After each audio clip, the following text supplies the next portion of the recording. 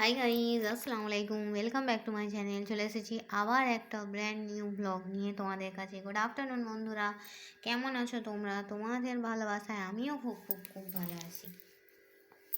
তো বলো বন্ধুরা, কালকে 26 জানুয়ারি রিপাবলিক ডে গেল। তোমরা কোথায় কোথায় বেড়ালে, কিভাবে কি করলে আমাকে একটু কমেন্ট বক্সে জানাবে, ঠিক আছে বন্ধুরা? খাওয়া দাওয়া কোথায় করলে, বাইরে করলে কি বাড়িতে করলে, আমাকে একটু কমেন্ট বক্সে জানাবে। কালকে তো রিপাবলিক ডে, যেখানেই যাবে সেখানেই ভিড়।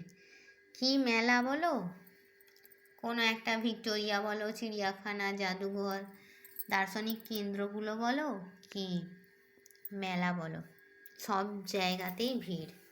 তার কারণ ক্যালেন্ডার ছুটি, তাই কি না?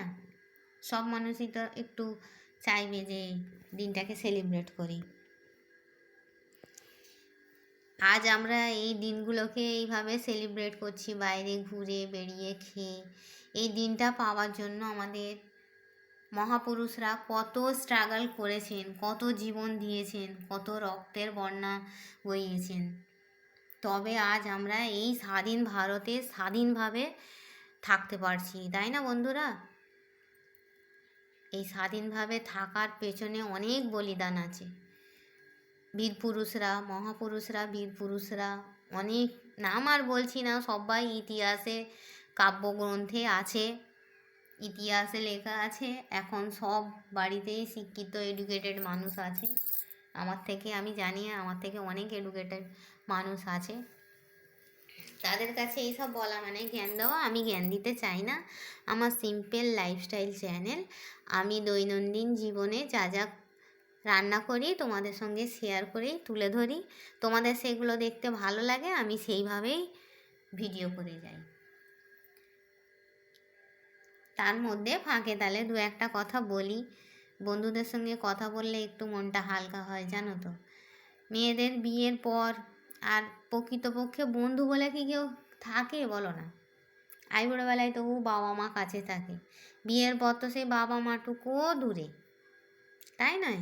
কখন ফোন করব, কখন আমি যাব, কখন বাবা মা আসবে, তখন একটু মনের কথা বলা।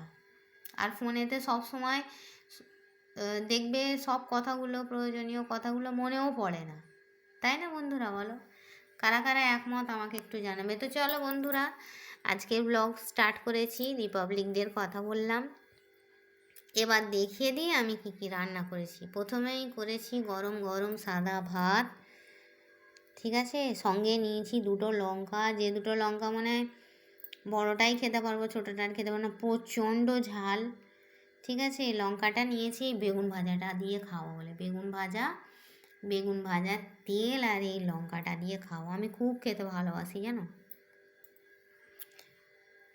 বেগুন ভাজা হচ্ছে বাঙালির ইমোশান, তাই না বন্ধুরা? তারপর করেছি ফুলকপি দিয়ে, টমেটো দিয়ে, মটরশুঁটি, গাজর দিয়ে করেছি রুই মাছের ঝোল। ঝোলগুলো সব খাওয়া হয়ে গেছে, আমি এই অল্পটুকু আমারই খাওয়া বাকি, এইটুকু রেখেছি। আর করেছিলাম চিকেন কষা।